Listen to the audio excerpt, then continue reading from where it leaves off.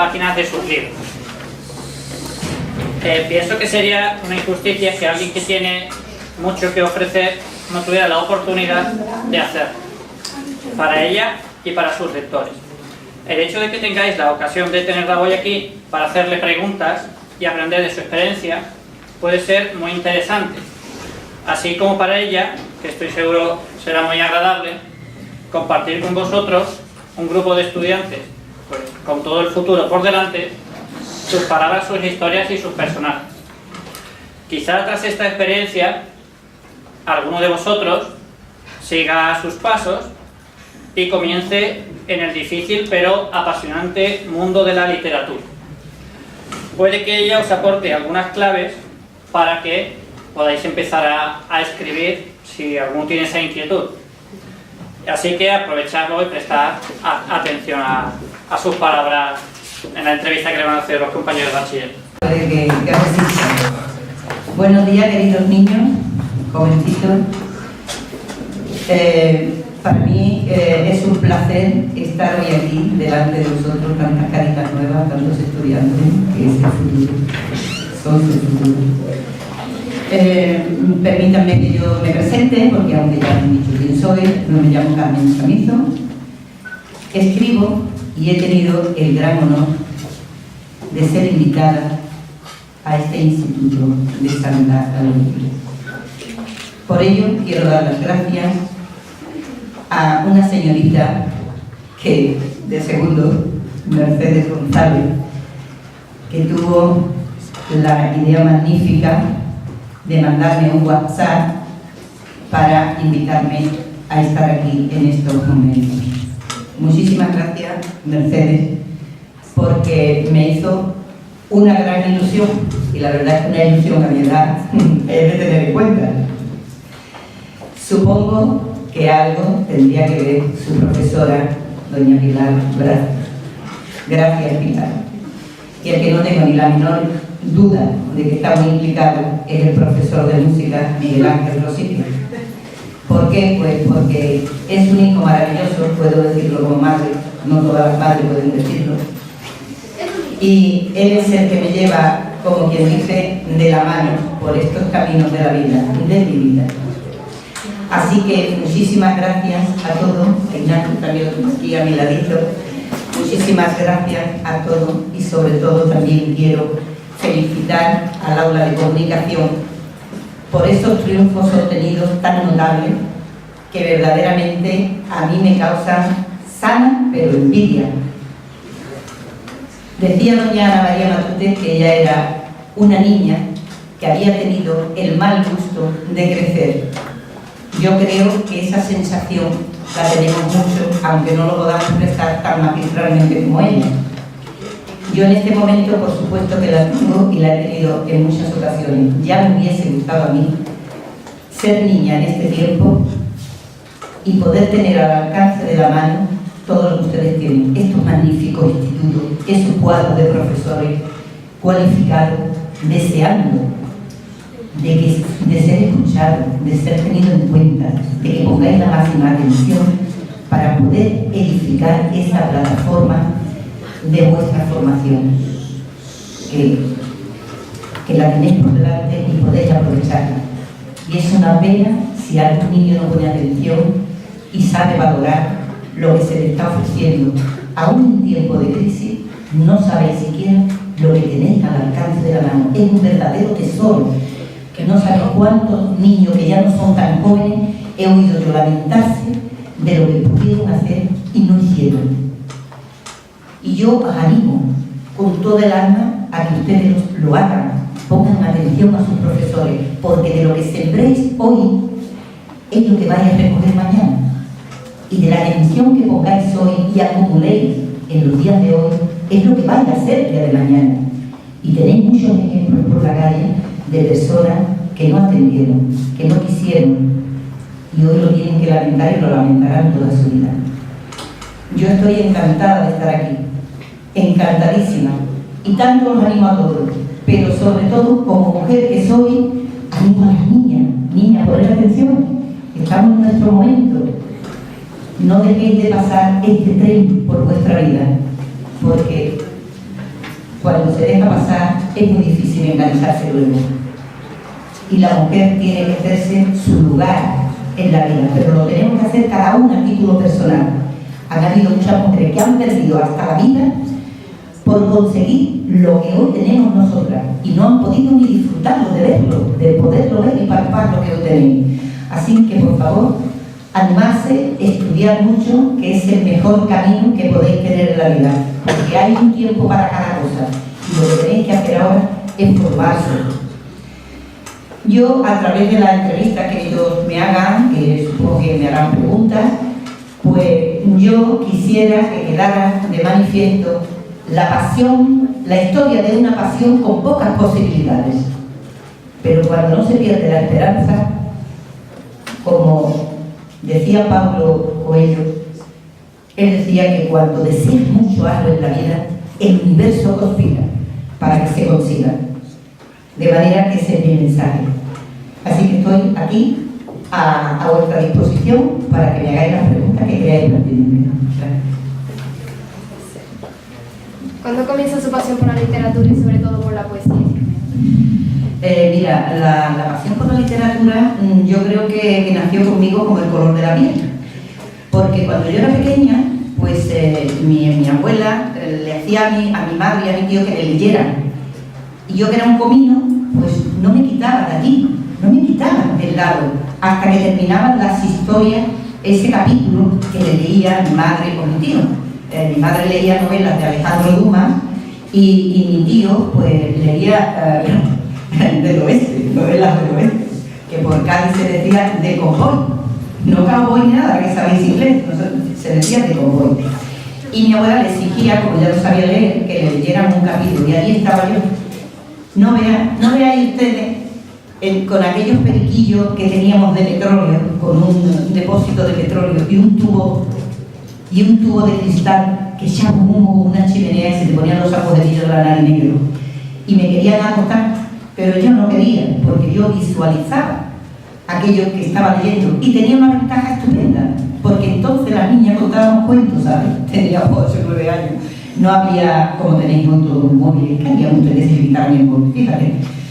Pues nosotras no teníamos nada, pero contábamos cuentos, leíamos cuentos que se alquilaban en los kioscos por unos céntimos, en fin. Pero cuando mis amiguitas contaban cuentos tan clásicos que todos lo sabíamos, yo contaba unos cuentos más interesantes, porque yo percibía lo que mi madre y mi tío leían a mi abuela, y luego yo solo le tenía que agregar érase una vez y el colorín colorado. Entonces mis cuentos eran más interesantes, o sea que ya para entonces, pues tan pequeña, tenía mi público y lo pasaba muy bien, viendo que las niñas me pedían que le contaran aquellos cuentos que mi madre visualizaba. Por eso digo que la literatura empezó a llamarme la atención, aunque yo no lo pudiera asimilar de esa manera desde que tuve uso de razón. Lo de la poesía, Mercedes, es otra cosita. Bueno, por motivos familiares, por desgracias familiares, yo que vivía en una pequeña granjita allí en el campo, en San Lucas de Barrameda, en un barrio en el campo, pues por desgracias familiares, como os he dicho antes, tuve que ir a vivir al centro de San Lucas con unos parientes. Y allí se celebraba la fiesta de San Juan, a finales de junio. Y se hacían hogueras en una plaza pública, y la gente mayor traía todos los trastos que eran combustibles, y los críos hacían la delicia de los críos, que no parábamos de quemar. Y entonces, entre aquellos trastos, veo yo la ilusión de mi vida, tener un libro. Y me veo allí tirar un libro entero. Madre, yo voy, cojo mi libro, no tenía pastas, y estaba muy sucio, pero había pastas, las arranqué y la tiré a la basura, y entonces quedó la pastita de encima. Y yo leí aquello, fui corriendo a mi casa y en mi habitación empecé a leer. ¿Qué era este libro? Yo no me daba cuenta si era de fontanería o el centro de la población. La cosa es que yo leí allí: yo soy un niño gigante y extraño que anuncia en la noche del alma una aurora. Y estas páginas son de signo, cadencia que el aire dilata en la sombra. Seguía yo quisiera saber lo del domando reverendo en el idioma, pero me quiero referir. Yo leí ese, no lo entendí, pero me gustaba lo que leía. Era algo que a mí me impactó y lo leí una y dos y 1000 veces hasta que me aprendí el libro entero, porque yo quería formar parte de aquel himno que había impreso en aquellas páginas. Y yo cogía allí solita en mi habitación y miraba, esta cifra termina igual que esta, y esta, o sea, o la primera con la cuarta y la segunda con la tercera, y terminaban igual. ¿Y qué bien sonar? Eran las consonantes, pero yo no lo sabía. Y veía que otros poemas no terminaban igual, pero que bien sonaban. Eran los consonantes, yo tampoco lo sabía. Pero con la ayuda de esos versos de Gustavo Adolfo Bécquer, yo aprendí y empecé a construir mis primeros versos. ¿Hay alguien que la haya introducido en el mundo de la literatura o lo hizo por iniciativa propia? Fue una iniciativa propia inconsciente, ¿no? Porque yo en mi pueblo había un periódico, un político, que vamos a hacer propaganda con los valores que son ahora, pero resulta que tenían un periódico y había una redacción. Y entonces yo, por la golosina de eso, entré al partido político. Y claro, nada más que entré, pues me empezaron para allá porque vieron que yo tenía algo que decir. Y entonces pues ya me dieron una página, yo escribía unos poemas en esa página o unos relatos cortos. Luego ya por mediación de eso, a través de que ya empecé a darme cuenta un poquito, pues me dieron una página de entrevistas a famosos, que en Sanlúcar los hay, había toreros, cantadores, guitarristas como Manolo Sanlúcar, y todas esas entrevistas las hacía yo, y luego yo los remataba poéticamente, que era lo que a mí me encantaba. A través de eso sí que conocí a personas que se interesaron por mí. Había un poeta en Sanlúcar, digo había porque ha muerto, aunque los poetas siempre siguen ahí presentes, que publicó 7 u 8 libros, un señor muy interesante, Gonzalo Martínez Sadok, y en la entrevista que fui a hacerle aquel día, pues se interesó por mí mucho y me dijo, ¿sabes que yo leo lo que pones tú lo que tú escribes en el periódico? Yo leo tu columna, ¿eh? Y digo, ¡ay, qué alegría! Y dice, oye, pero que tú fallas mucho, ¿eh? Tú fallas más que una escopeta de caña. Digo, no, pues hago lo que puedo, pues yo me voy a interesar por ti. Y entonces sí que empezó a asesorarme y a darme consejos y me ayudó muchísimo, cosa que le agradeceré el resto de mi vida. Y luego también conocí a otra persona, don Eduardo Domínguez Lobato, un señor que es escritor también, y bueno, ese no me enseñaba, ese iba a la tienda personal, que no, la empresa nuestra familiar, y me decía, tú tienes que salir de aquí, tú tienes que seguir escribiendo. Y parece que no, pero aunque no era lo que yo quería oír precisamente, me motivaba al final del día a seguir escribiendo. Por lo tanto, sí hubo personas que me animaron y me alentaron, y a la que le estaré agradecida el resto de mi vida. Como escritora, ¿quién considera que es un modelo para usted?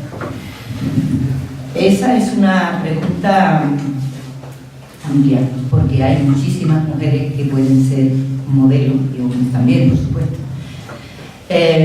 Si nos vamos a Emilia Pablo Bazán, por ejemplo, a Carmen Conde, a doña Concepción Arenal, vamos, yo si me tuviera que quedar con una, es que todas tienen algo maravilloso que se distinguen, ¿no? Pero si me tuviese que quedar con algunas, me quedarían con doña Concepción Arenal.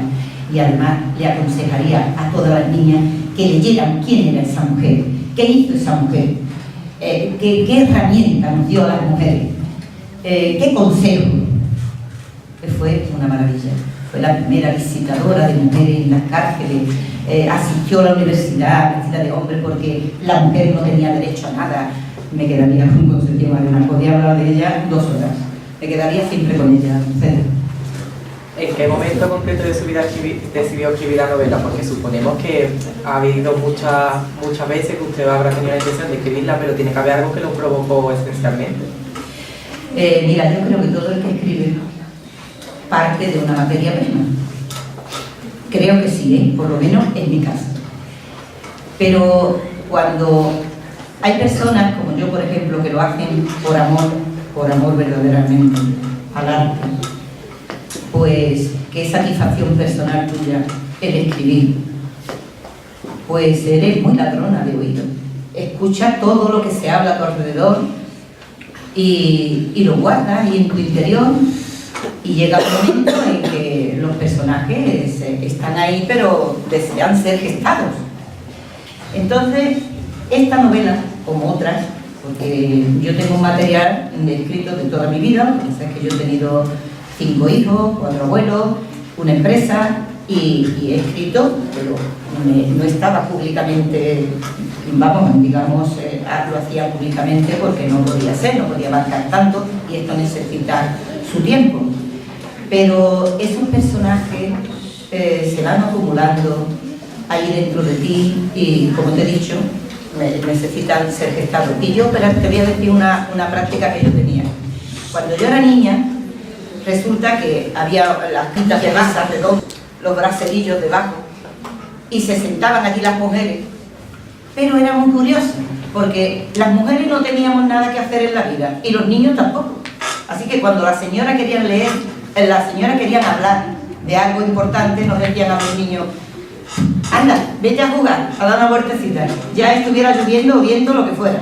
Nos echaban a la calle. Entonces yo tomé una táctica que no me fallaba, y era que cuando llegaba allí con mi madre y mi abuela, yo veía a las Marías llegar, hacía así, ponía los bracitos así, y me quedaba frita. Y era mentira, yo no me dormía. Tanto es así que le decían a mi madre y a mi abuela: esta niña está malita, porque aquí veo que duerme. Yo lo que no quería es que me echaran a la calle. Pero entonces yo me enteraba de todo, de las conversaciones aptas y no aptas. Claro, había cosas que no las entendía, pero cuando vas siendo mayor, como eso lo tienes ahí acumulado, pues tú vas comprendiendo cosas, vas comprendiendo las cosas. Y cuando te decides a escribir, pues echa mano a esos personajes que quieren salir, que quieren salir esos personajes, y echa mano de ellos. Entonces, esa novela, como otras novelas que tengo, que ojalá que pueda venir también aquí a presentarla algún día, pues ya te digo, son cúmulos que hay dentro de ti y que un día salen, y claro, ya la curiosidad, ahí entra la curiosidad, entra la empatía, entra muchísimas cosas que dicen tú: bueno, pues esto hay que desarrollarlo, y esto hay que mirar dónde está esa noticia que me enlaza, que aquí me falta, que hay un eslabón que me falta, que no me cuadra. Entonces empiezas a investigar, que es importante. Hasta ahí te puedo contar, dime. Su novela Nacer a los brazos de Satanás ha tenido mucho éxito, llegando al punto de agotar su primera edición en pocos meses. ¿De qué trata y cuánto tiempo tardó en escribir? Mira, el tiempo, para mí, el tiempo no cuenta, porque yo creo que el que escribe, como te estaba diciendo Ignacio, tú vas recopilando cosas, datos, ¿no?, que te llaman la atención. Entonces, el tiempo, pues no sé, yo tengo un montón de borradores escritos, de cosas que a lo mejor son 100 páginas, pero que es condensado, y que eso puede desarrollar. Hombre, claro, tú cuentas una historia, pero esa historia tiene personajes, tiene matices, y entonces pues la enriquece, ¿no? Hay que meterle historia, el tiempo en que se hizo, el tiempo en que fue vivida, o sea que puedes ampliarla, yo qué sé, se puede extender eso. Perdón, ¿cuál era completamente? ¿De qué trata? Eso. Entonces, la novela se trata de una joven condesa que llega a un pueblecito llamado Puerto Arena, del sur de Andalucía. El pueblo es imaginario, porque hay historias que no se pueden contar la historia y decir de ese pueblo, porque entonces que lo están diciendo casi todo. Entonces, se trata de una joven condesa que la mandan con su doncella a Puerto Arena, porque viene huyendo de una boda que su padre tiene concertada, a la cual ella no está dispuesta a acceder, no quiere. Ya la historia, tener en cuenta que está basada en el 36 al 40, y entonces la mujer ya tenía aspiración de tomar las riendas de su vida, y no que salir del padre al marido, ¿no? Y además un marido viejo, nada más cargado de título, pero el pobre que ya no veía los calzones. Entonces ella se niega rotundamente a esa boda, entonces por eso la manda a Puerto Arena, ponen tierra por medio, para que en fin, para suavizar las cosas. Entonces el padre alega que ella tiene vocación religiosa, que eso cubría entonces un montón, estaba todo comprendido, si tenía vocación religiosa, y entonces la matan allí. Pero entonces ella, cuando llega a Puerto Arena, es cuando ella conoce al amor de su vida. Pero claro, el amor de su vida había un problema muy grande, que en la escala social no iba en paralelo. Era una cosa que no podía ser, que no se contemplaba, no podía ser. Pero aún así pues ocurren ahí unas cosas muy graves en las que hay un embarazo por el medio, hay un niño que hay que procurar que desaparezca. Tiene que desaparecer porque si no mancha el apellido de una familia. El apellido no se manchaba por el hecho, sino por el rumor. Como todo lo que pasaba en esos tiempos eran tapujos, ¿no? Y entonces de eso va la novela, en que ya intervienen unos, claro, el niño hay que hacerlo desaparecer. Entonces, ¿a quién se le encarga eso? Personas honradas no lo hacen. Tienen que ser personas que no sean honradas. Y ahora pues ahí conectan con ciertas personas que son de mal vivir, y ahí pues se forma esa trama tan tremenda que no es fácil, porque hay unos personajes muy duros. Por ejemplo, el de Ramón, que es un personaje que a mí me gusta, aparte de que es un personaje al que yo conocí, porque hay personajes a los que tú conoces directamente, por vida, por trato, por lo que sea. Y entonces pues es un personaje duro, tanto para el lector como el propio personaje. Era un personaje que sufría, pero era un malhechor. Y entonces pues no te puedo explicar todo lo del personaje, porque si no luego no vas a leer el libro. Y bueno, es uno de los personajes que más me gustan. Y también está el de Rosa, una mujer manipulada, que está considerada una prostituta sin serlo, ¿entiendes? Y bueno, hay unos personajes, yo diría que muy fuertes. No es una novela de amor, aunque toda la historia hay amor, porque la vida sin amor es muy aburrida, pero es una historia de amor con muchos dolores alrededor, ¿entiendes?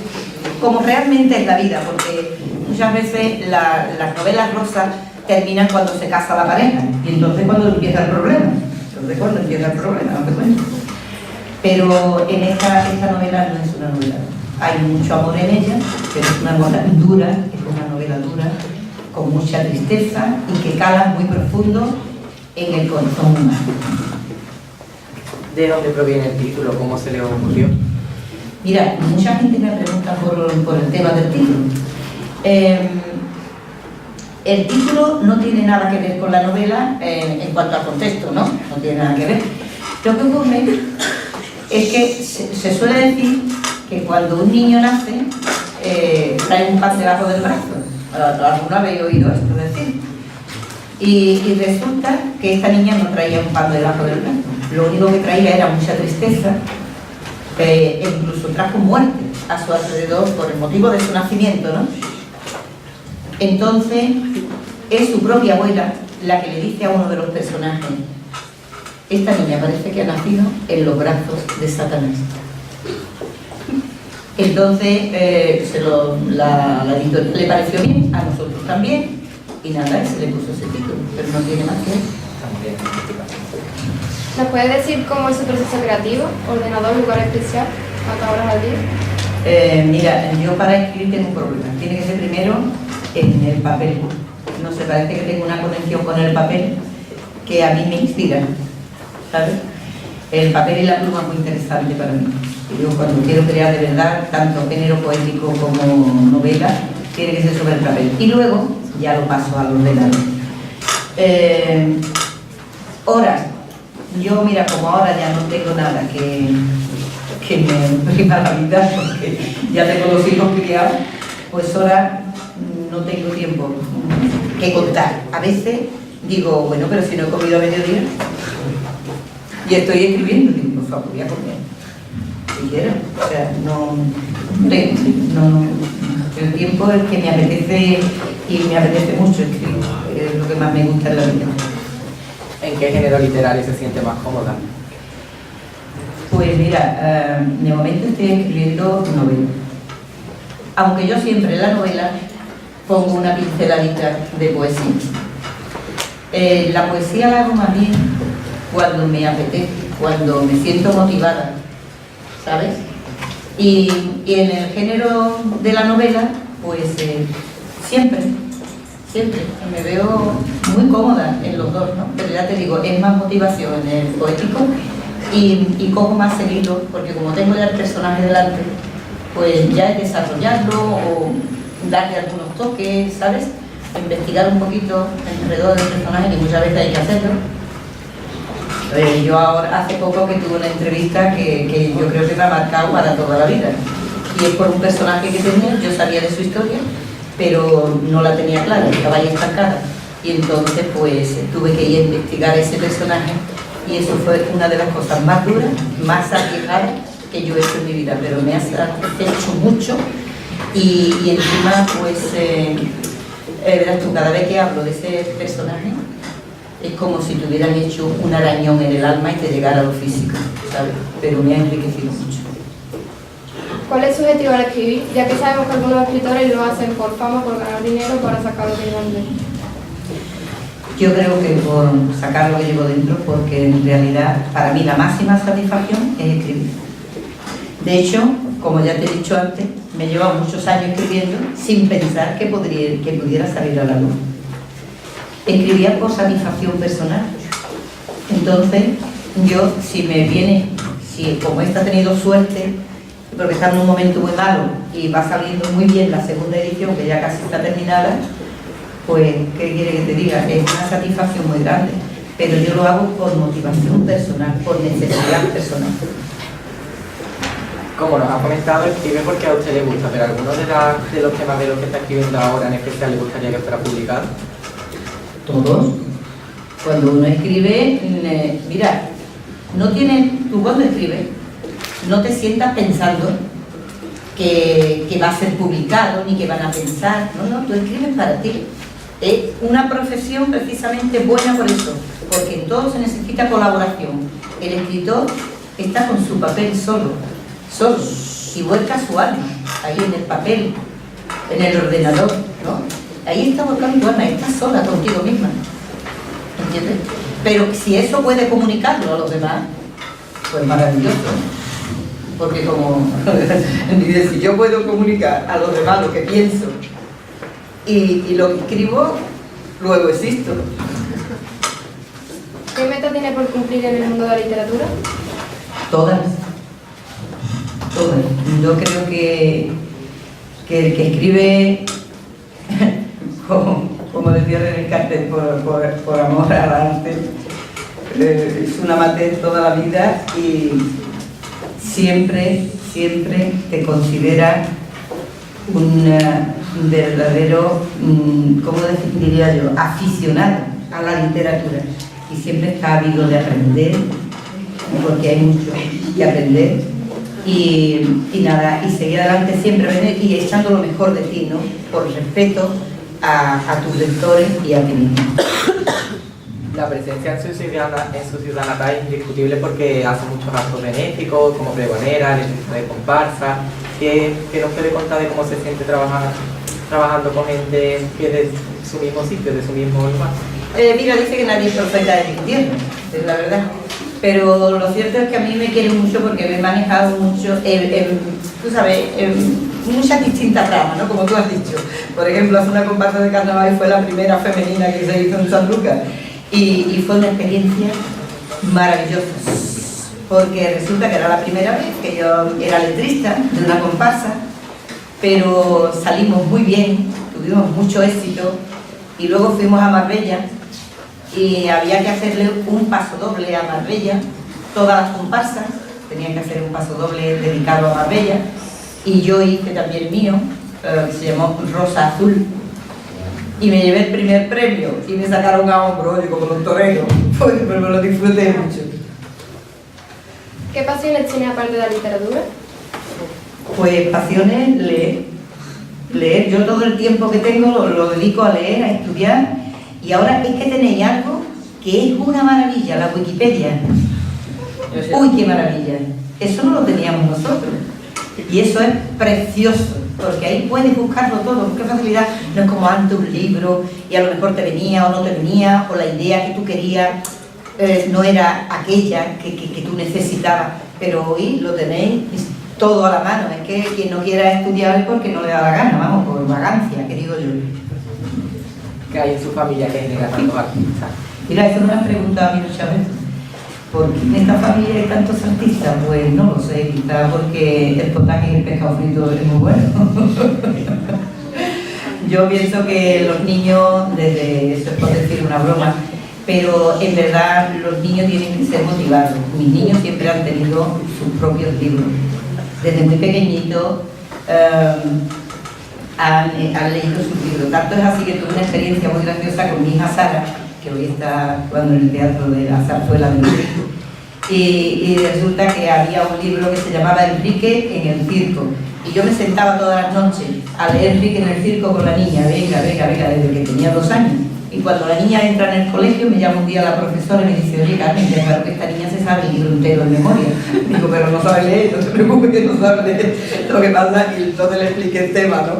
Y ya ella se sabía, eso es importante, ¿no? Eso es importante, que los niños le den importancia a los libros. Y sobre todo también sería muy interesante que vieran leer a sus padres, porque de lo que se ve, se repite.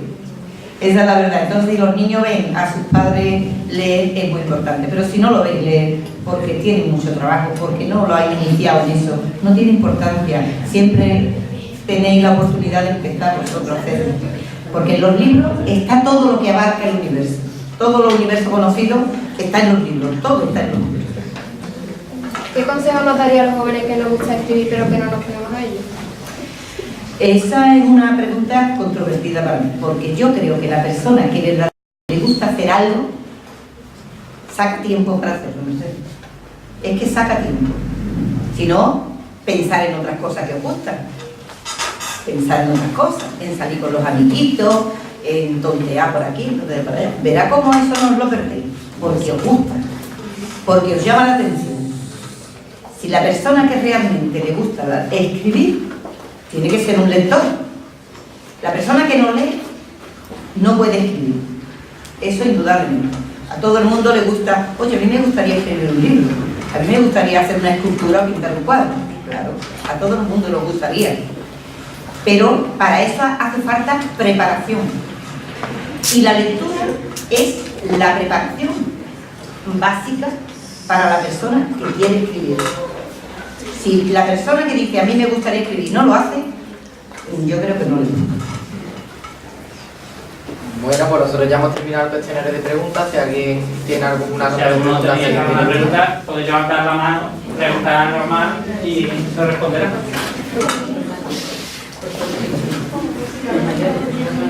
Bueno, si alguien tiene una pregunta, por favor, sencillamente. Venga, que Paula me contrae con preguntar. Sí, vale. Levántate y pregunta. ¿Cuánto tiempo tarda en hacer el libro?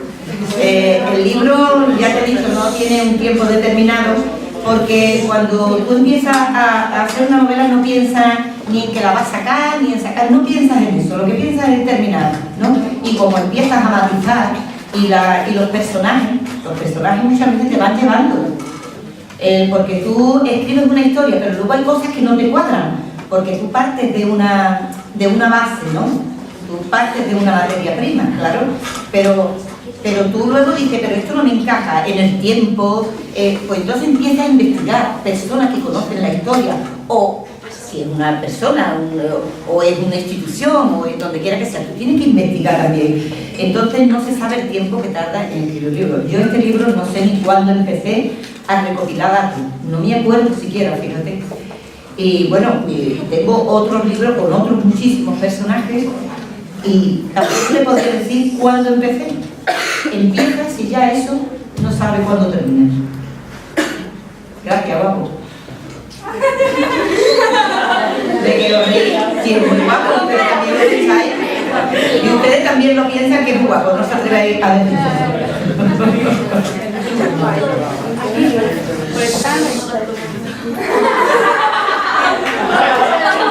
Perdona, cariño, ¿cómo te llamas?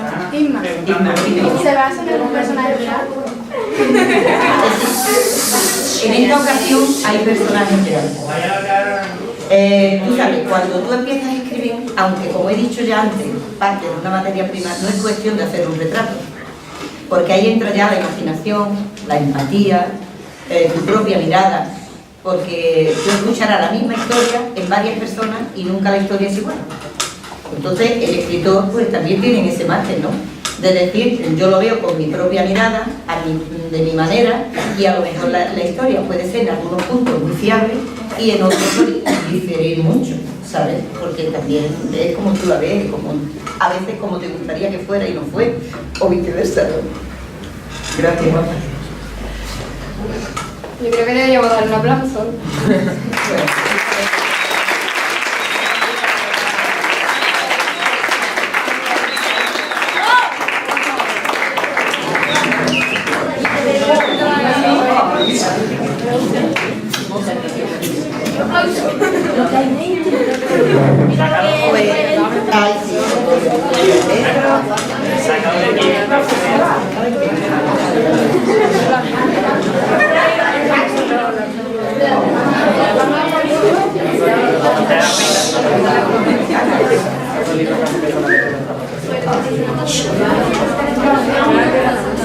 Enseñalo de pie para que lo vean. Ay, qué bien. Esta agenda la voy a guardar yo, vamos, pero como un tesoro, porque va de encuadernación original. Mira, para mí ha sido hoy un día precioso. Hay algunos que han atendido mejor que el otro, pero por mayoría han atendido muy bien. Y para mí ha sido fantástico estar aquí hoy. Mira, me llevo una agenda que, bueno, la voy a poner aquí, que es hecha por Pilar, y la voy a tratar, vamos, como papel de 2 pesetas, vamos, porque es una maravilla. Muchísimas gracias de